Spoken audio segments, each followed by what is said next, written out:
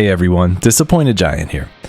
So this is going to be a shorter tier list video, and the reason for it is because now the final update for Dead Cells is officially out. So the end is near. Version 3.5 came out just about a month ago. I'm recording this mid-ish September. But yeah, the final update is out, and with it we have 3 new items and 3 new mutations. So in the idea of closing the circle and making sure that I do dedicate at least a little bit of time to all of the items in Dead Cells, now that this stuff is officially live, I just wanted to put together a quick video and just sort of go through a little bit of a rudimentary tier list, give some thoughts, kind of talk about some mechanics, maybe go into a couple of things that's changed a little bit since the update, just because, yeah, some of this stuff is really interesting. Let's just let's just put it at that. There's some interesting choices here. So, and I'm going to plan on talking about the actual update after the tier list part. But the general gist of this update is that it is kind of unfinished. So the beta for this update came out a little over a year ago, last spring, early summer, whatever it was, of 2023. And it got shelved, and then Motion Twin pushed it out after Evil Empire stopped working on Dead Cells, and they didn't really change anything. So if you are a PC player and you've played the beta, this is the same state. So the same bugs, same issues, same underdeveloped and kind of untuned weapons are in the final update. So I guess you could say the word the update, I would maybe put that in quotes as opposed to capital bold, but what are we gonna do, right? This is it. This is the last update we're gonna get, and some of this stuff is interesting, right? So I figure it's worth at least going through. Like I said, just want to kind of close the circle, make sure that everything gets a little bit of screen time, and that way, you know, if anybody's curious about the new stuff, we're gonna get into it a bit. So, but before I actually get into the items in the tier list, just want to give like a brief little update, channel update, whatever you want to call it. So I've been kind of like kicking back a little bit recently, and I've decided to take the month of October off of YouTube. I'm not going to be doing videos. I probably won't be keeping up with comments like I always do. You know, just for lack of better words, I'm trying to make some decisions and figure some stuff out. And I think having a little bit more space to focus on the stuff that I need to is going to be really helpful. You know, it comes a point in a person's life when you say, "Hey, what am I doing?" And I don't mean with the channel, but just in life. There's a handful of personal project type stuff that I want to take care of, and just some other sort of self-care routine, whatever you want to call it, type stuff that I'm really interested in getting back to. You know, I want to get back to like my daily yoga practice and just a bunch of other stuff that has kind of fallen by the wayside. So October, I'm going to be a ghost. Like I said, I'll be back. I'll be back in November or whatever it is, you know, figuring something else out. But for now, you know, I'm just gonna be taking a bit of a break. So just want to let you folks know. So this is the end cap. This is the end cap before the hiatus, I guess you could say. So the end is near. So let's talk about what we're looking at here. So there are 3 new items, right? So we're getting a melee item and a item called the Misericorde, which will crit if a mob has less than 50% health. So it's kind of like Hayabusa gauntlets with a higher threshold for crits, but if you don't kill someone, if you don't kill an enemy with the attack, you'll get a curse. Anathema fires. It's almost like it looks like a mushroom boy, and it kind of fires in an arc. And if it hits an enemy, you get cursed. And then there's a skill, Indulgence, that kind of summons a beam of light down, does damage, clears some curse. And like I said, we'll obviously we're going to get into this a little bit more. And then there's 3 mutations. So there's some really interesting stuff going on here with these mutations, especially, like I mentioned, this is the quote last update, right? So there's some stuff in here that is that would likely have gotten patched or changed or updated before the final 3.5 release, but since we're not going to get that, there is some broken stuff that you can dig into. We'll talk about that a little bit more once we get to the mutations here. So similar to my other tier lists, these are just going to be by the frequency with which I use them, and I almost want to like put an asterisk. I'm actually going to do that. That's really funny. I'm going to put this here because, like I said, this update's only been out for about a month. I do not have a ton of experience with this. So unlike my other tier lists where I could sit down and tell you about the history of Balance Blade or, you know, whatever it may be, you know, when it comes to this stuff, this might be a little bit more cursory, a little bit more topical. I'll have timestamps in the description for all of the things if you kind of want to click around. And then there are two things that I do want to bring into the fold. So I'm actually going to put them in the middle here. I want to talk a little bit about the damned aspect because I think it will help view these items in a different light than if you were to play things normally. And then they changed alienation a little bit, which makes sense, and you know we'll dig into that a bit once we get there. So that's it. I think that's enough yapping. Thanks for being here. As always, you know, the people that watch these videos and the people that comment and hang out are legit the best. The vibe that we have, it's so funny. I want like saying community or whatever it is, but we have like we got like a little pocket of the internet over here that's just generally like really positive and supportive, and I really appreciate that. And I appreciate you being here, and I hope that whatever you're doing, whenever you're watching this, I hope you're doing well. I hope things are moving in a good direction for you. And as Daniel says, I hope you're doing well. I hope you're playing Dead Cells because this game is awesome, right? So, all right, so let's get things rolling here. So, first item we're going to talk about here is the Misericorde. So this is a brutality and tactics item. Oh, and real quick, I'm also doing this in one take like I do with my other tier list, but what I'm going to do is overlay some videos afterwards in post, so that way it's not just going to be the wiki and the tier list, taking a little bit of influence from Modesto's Melee tier list where he put a bunch of footage in there, but what I'll do is I will showcase a little bit of my own footage, but also Modesto and Daniel-san did showcases of these items that has some great footage, so I'm gonna clip some of that and put that over there, so just so you folks know. Anyways, so Misericorde. So we have a brutality and tactics melee item, and this is the one that I was mentioning. It's kind of like Hayabusa gauntlets, right? So if an enemy has less than 50% hit points or 50% health, it's going to do a crit, and it looks like the crit damage, what are we looking at here? Yeah, so this is like it's big crit damage here. So we're looking at, what is this, 6 times just about, kind of like marksman bow. I think blowgun both have around 6x damage when it comes from normal to crit. The issue with this is that the damage is a little low, right? And by a little low, I mean it's really low. Daniel's showcase, he ended up getting a ×4 Misericorde, and towards the end of the run, I think it was, and at some point during the run, and it definitely changed the way the item was. It made it feel, from what I was watching, it made it feel like it was more of like a regular item, but this is something that definitely needed more time in the oven as far as I'm concerned. It came out a little underbaked, and the reason why, so because the damage is low, right, what's happening is that as you hit the enemy, every time you hit, your curse counter is going to go up. So let's say it takes you 4 hits, right? It takes 3 hits to get an enemy below 50%, and then 1 hit at critical damage here to finish the enemy off.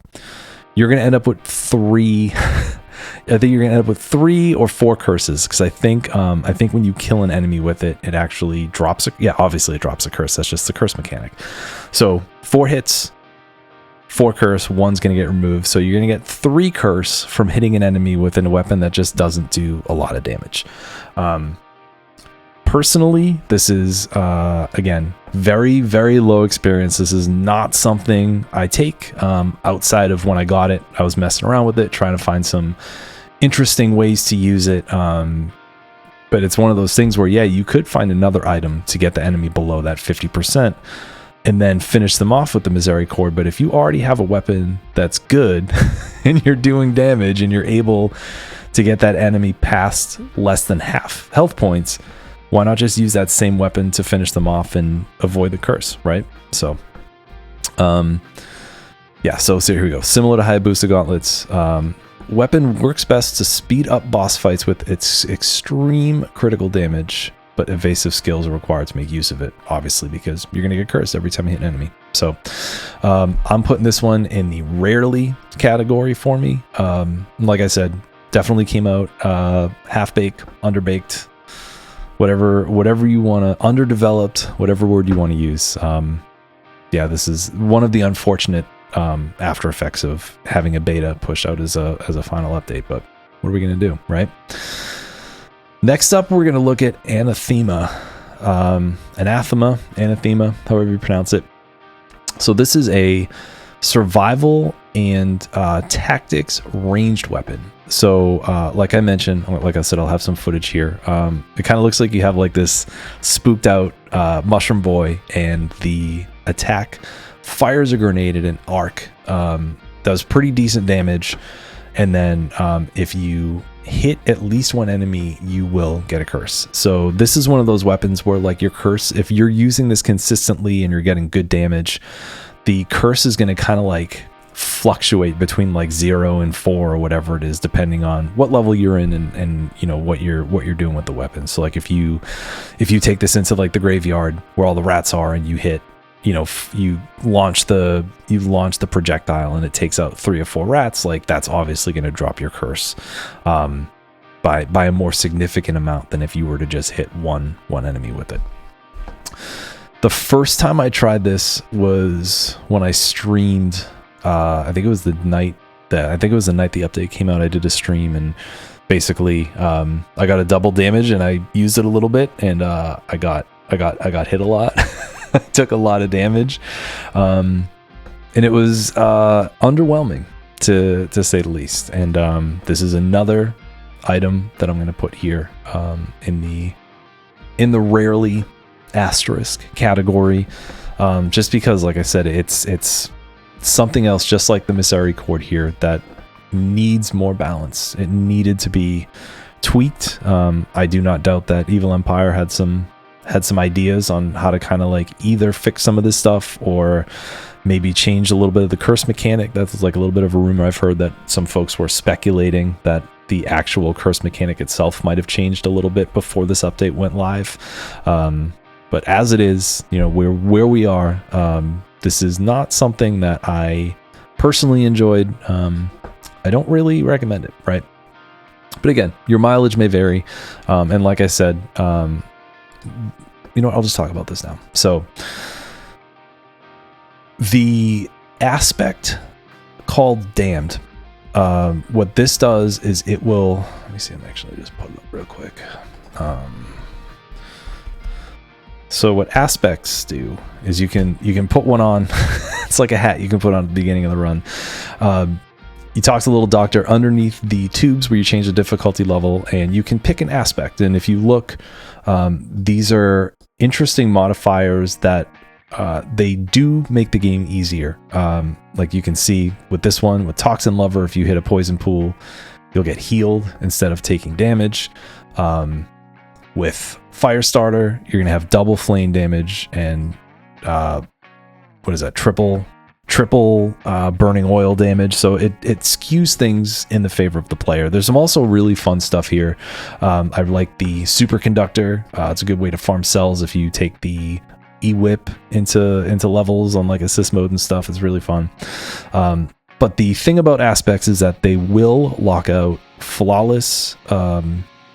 I think you can't get the next boss cell, and it also locks flawless items and achievements and stuff like that. So if you're just starting to kind of dig into dead cells and you're going through some stuff, I don't recommend necessarily using these right off the bat, because you might lock yourself out of some progression that you then have to turn the aspect off of to get through. But the damned aspects. So this here is what will make these two things more fun.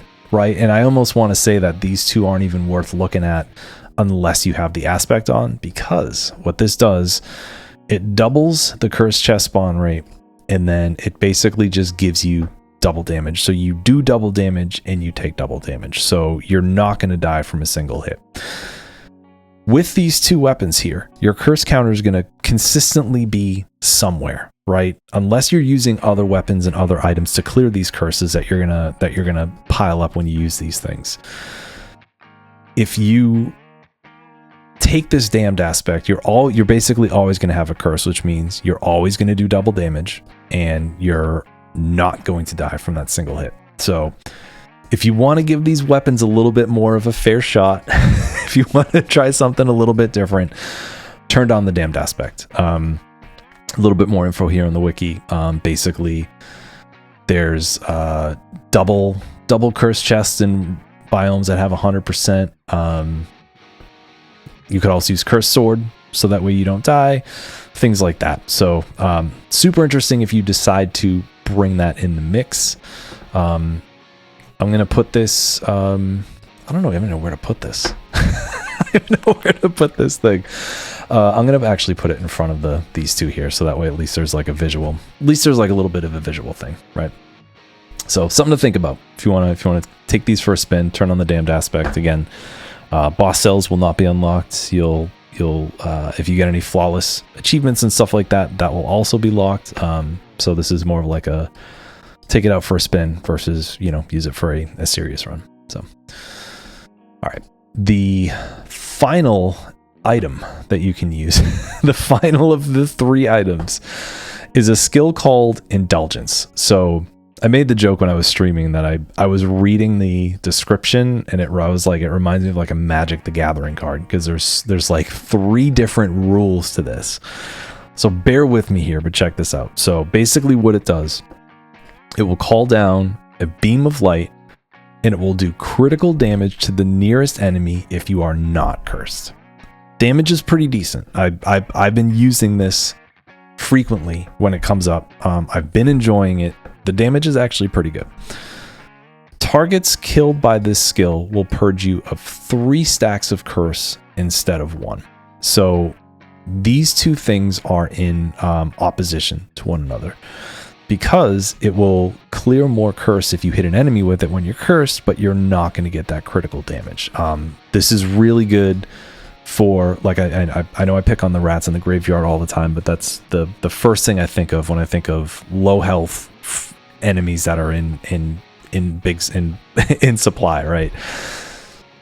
If you hit an enemy that has lower HP, you're gonna be able to likely kill it with this, even without the critical. So that's gonna help you purge extra stacks of curse, which will help you get back to keeping your crits.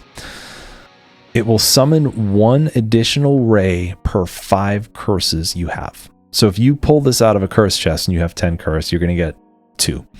If you have a higher curse, you're going to get more than 2. So it's really interesting because, like I said, these things are like in opposition to each other, but there's like a weird, it really works in like an interesting and fun way. Out of the 3 items that this update came with, this is the only one that I would actually use, again, outside of maybe pulling the damned aspect to have a little bit of fun with these 2 things. The only one that I would actively use in a build is Indulgence. I really enjoy it. And there's some cool, I don't know if movement's the right word. Let me pull up. Oh, and the other thing too, first let me show you some cool tech here real quick. So when you use it, it stops, right? So what will happen is that it will actually, it'll freeze you in place when you use it. So, but one of the things you can do is if you start to roll right when you use it, you can actually, it's actually really sick. You can use it while you slide, so it kind of looks like moonwalking. So you can see there, lights coming down, I'm just like sliding down the ground. You can use it as you're falling off of a ledge or when you're jumping down through a platform. I think that's really cool. I really enjoy that. And the other thing is when you use it, it will pause enemies that are attacking you. So while you do stand still when you use it, right? Am I standing still here? Yep. So right there. So as I use it, I stand still, but you'll see that the I already forgot this. I don't remember what this enemy's called, but the enemy, as they're getting ready to throw their projectile, they get interrupted, right? So as I call down the Indulgence ray, it's like literally the frame. Look at that. The frame in which the animation is about to start, it pauses the enemy's attack. So this can be useful in certain situations. I can use it. I think I used it against Timekeeper. Yeah. And also you can see here against Timekeeper, it will immediately stop her from shooting out those projectiles at the beginning of the level. Again, it looks like as soon as I go into the frame of the first frame of the attack, it actually pauses her. So really interesting. So there's some interesting tech here. I like it. Like I said, I think it's interesting. And out of the three things that we have here, this is the one that I would qualify as a quote unquote real / balanced / usable item. Usable. So we got the three new mutations here. But first, Alienation got a slight bit of a rework, and the reason for it. Well, let me explain what happened first. So the way that Alienation used to work is it would give you 5% of your health back for every curse that every curse counter that you decrease or whatever, right? So if you have 1 curse, it will give you 5%. If you have 5 curse, it will give you 5% 5 times. So one of the things that you could do, I used to do this all the time back in the good old days, back in 1.8, but when my malaise was high and my health was low, I'd grab this before Corrupted Prison or before the Prison Depths, get through. So either I'm going to get hit by the curse and the run's over anyways, or I'm going to clear that curse and I'm going to end up with whatever the percentage was, right? 50. I think it was more too, because I think this actually doubles too. So it might have been 15, like 75% health back or whatever it was. Now what happens is, instead of it doing it per stack that you clear, it will heal when the curse is lifted with the amount of health recovered based on the max amount of curses they had.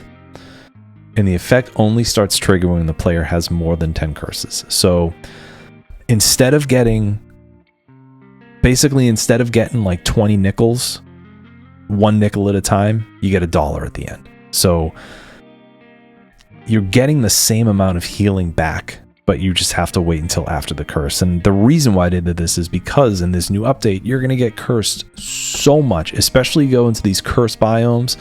They have these enemies here, the cursors. They have a ball, it almost looks like an Elden Ring, Godskin Apostle kind of like skull that comes after you. But like, if you get hit with that, it will curse you for 5 times.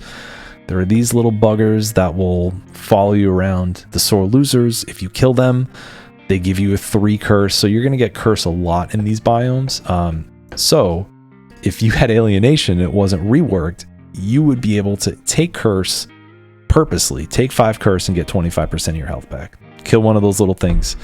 Kill the sore losers or whatever they're called, right? Yeah, kill the sore loser, get 15% of your health back. So you would be able to basically be at full health almost all the time. So I understand why they had to rework it. So I just wanted to bring that up. I know a lot of folks don't really use Alienation that much. I personally don't use it that often in general, and I don't really use it that often now, but I did want to bring that up because I feel like that's the only real like mechanic change of things that are in the latest update. So, and speaking of mutations, so we have 3 mutations here, and they are so interesting. So Curse Flask. Health Flask no longer consumes a charge when used, but will give you 10 curses instead. So that's basically bottomless flask. Damned Vigor is basically like a curse disengagement. So if you're about to die, you have 2 seconds to kill an enemy, and then if you kill an enemy instead of dying, you will be resurrected for 1 HP. It's got like a really cool, almost like, I think it looks kind of like black and whitish, and like it slows down a little bit. Like it's a really interesting visual effect to like let you know, like, hey, you got 2 seconds to pull yourself out of the hole. Like, let's do this, right?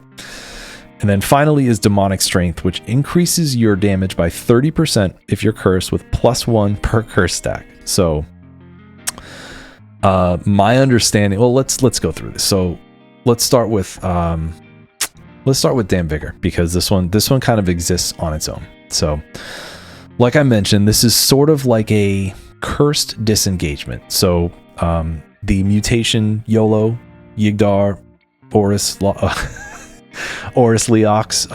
the heart, the one at the very bottom of the list, and disengagement, both of those will prevent a death, but they do not work with curses. Damned Vigor, however, does. So whether you take normal damage from an enemy and you're about to die, this will kick off. If you have 1,000 curses and you take a hit, this will kick off. So it's a really interesting, very small pocket of time where you can kind of turn the run around, especially, you know, like getting hit by a crow in the fractured shrines, like right after you get out of the curse room, or, you know, just taking a dumb hit from an inquisitor through a wall that you didn't see when you're cursed, or whatever it is. Like, you have a little bit of time to then kill another enemy, and it doesn't have to be the enemy that hit you, it's any enemy. So when this kicks off, like, your best move is to look on screen and find, you have 2 seconds, so think fast, right? But look on screen and find something that you know you can take out in 1 or 2 hits really quickly, and then it will get you back to 1 health point. I don't believe that there is a force field or anything like that, not like disengagement where you have a time to heal. So if this mutation procs, you're able to stay in the game, heal heal immediately. And my understanding too is once it looks like there is a cooldown period. I thought it was related to health, but if you're able to pull this off, heal. So super interesting. And during my stream, someone, I can't remember their name because this was a month ago, but someone in the chat asked if this was going to be part of the holy trinity of disengagement, gastronomy, and masochist. It's not, but it's like it's something I have taken sometimes, just because, like I said, especially when if you try to run these items, if you're going into cursed biomes, you're going to get cursed a lot, and there's a lot of cheat deaths and quick finishes to runs in that situation. So Damn Vigor can really help out. So again, even though this is a limited experience, since this is all still pretty shiny, pretty fresh, I have taken it sometimes over the past month. So these next 2 mutations are really interesting because you can pair them. So what you can do is, and we'll talk about this, let's talk about Curse Flask. So with Curse Flask, it actually gives you 20 curses when you use the health flask. Doesn't consume any charges. So on its own, playing on 0 to 4 BC without demonic strength here, this is like I don't know, it's interesting, right? It'll give you extra health if you need it, but then you also need to clear a 20 curse before to clear a 20 curse. So you're already, if you need extra health flasks, if you need extra charges, you're already probably playing at like a little bit of a deficit, because I know when I need flask charges, I'm not in like a good spot, which means I've been getting hit a lot, which means that I might not make it through 20 enemies before taking another hit, which would then kind of render this pointless. I'm not going to be able to use the extra health because I would die by curse. So on its own, this is not something, sorry, my mouse keeps moving. This is not something I would really take. I don't know, this would probably be somewhere in like the rarely section or not often, just because I feel like it's such like a special use or whatever it is, right? But if you pair this with demonic strength, you can chug this, you can chug the flask a bunch. And in order to get this set up, you need to do one of 2 things. Either be in a biome on 5 BC before you clear the malaise, because that way the malaise is always going to be ticking, so you'll always be able to drink a flask. If you try to drink a flask when your health is full, it will say no need for healing. So if you're getting malaise, you can continue to drink this over and over and over again. And I'm gonna overlay a video of Daniel-san getting up to like 700 curse or like 1,000 curse or something ridiculous as I'm talking about this. The other thing you can do is you can pair this with Tainted Flask, the brutality mutation. Let me just pull it up real quick so you folks know what it looks like. You can pair the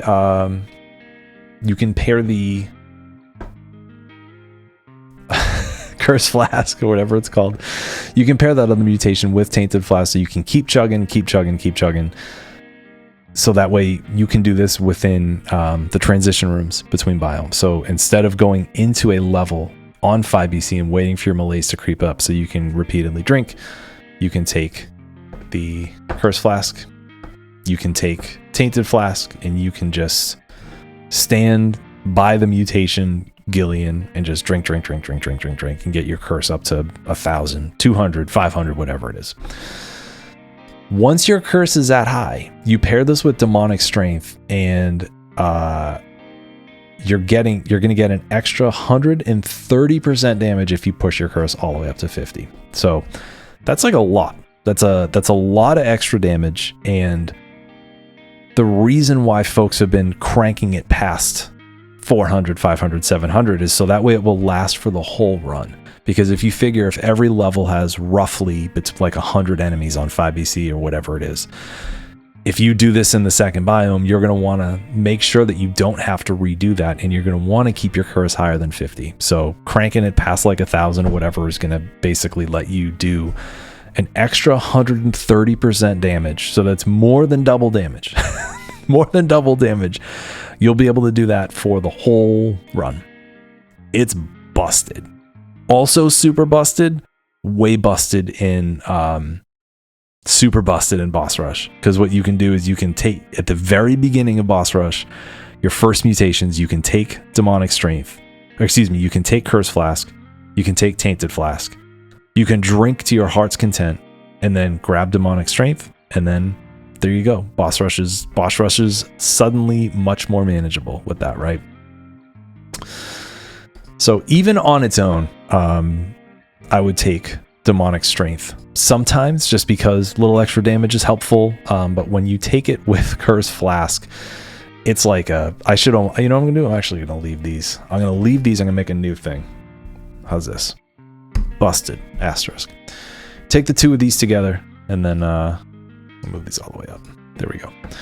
Take these two together, and you're going to have an insane amount of extra damage. Pair this with like a quad damage. I think Daniel had like a quad damage E-whip and whatever it is. Like, it's busted. Busted. So these are things, like I was mentioning earlier.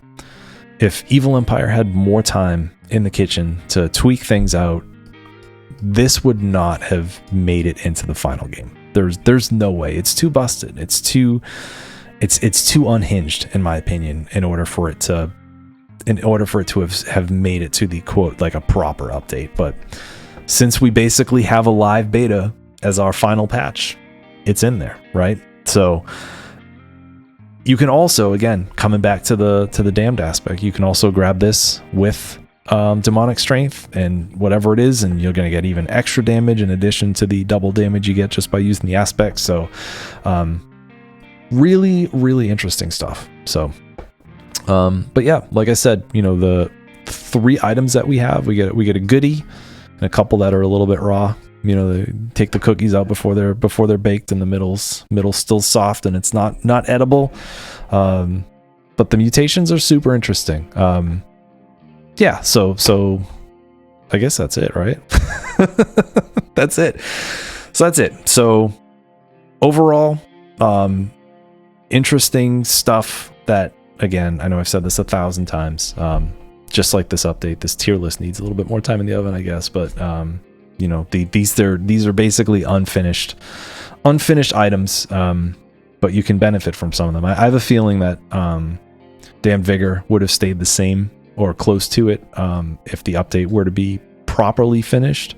But the other ones, the other 2 items and these other 2 mutations probably would have gotten tweaked. But hey, here we are.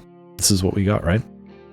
So, and I think I mentioned earlier, I wanted to give just sort of my thoughts on the update. Outside of the stuff I've already talked about, one of the things that is incredible about the new update is how easy it is to get in and out of the Castlevania biomes, which makes routing so much more smooth. One of my complaints with both 3.3 and 3.4 is that if you go into Castlevania route, you hit the outskirts right after Prisoner's Quarters, and then you go from there to Dracula's Castle. Like, there's no way out.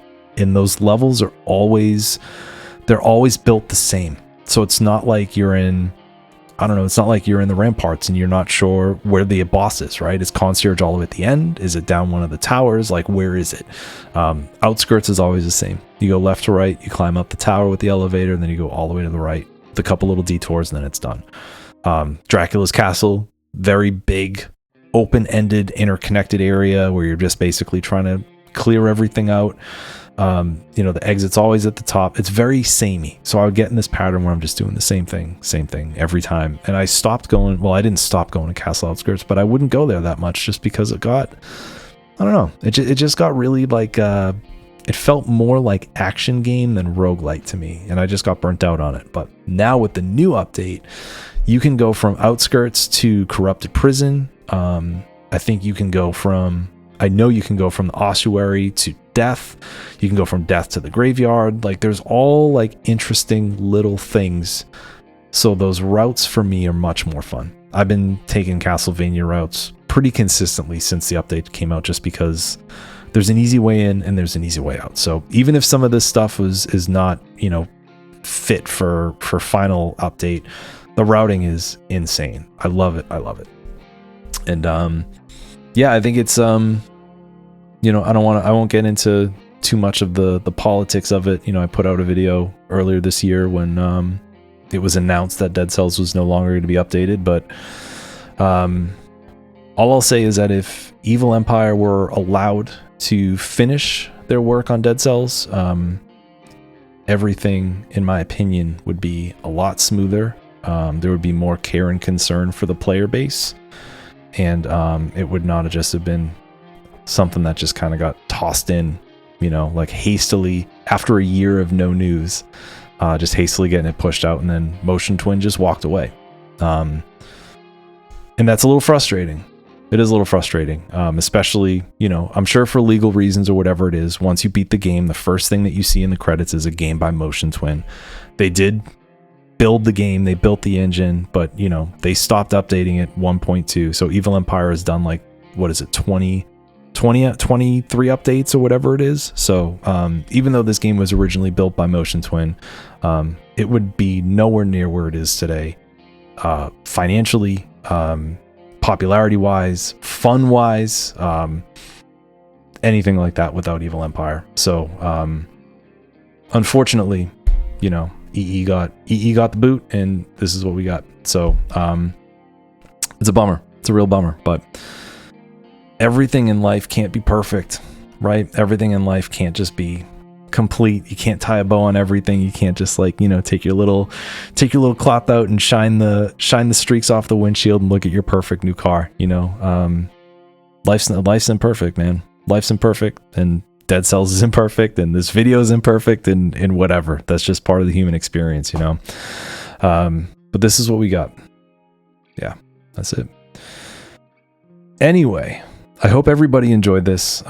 Clearly this is way shorter than the like 2 hour, 3 hour long tier list.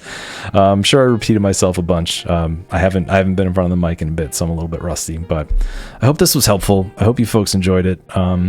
And yeah, even though some of this stuff was a little raw, I hope you're enjoying the update. I hope you're enjoying Dead Cells. I hope you're enjoying life, whatever it is,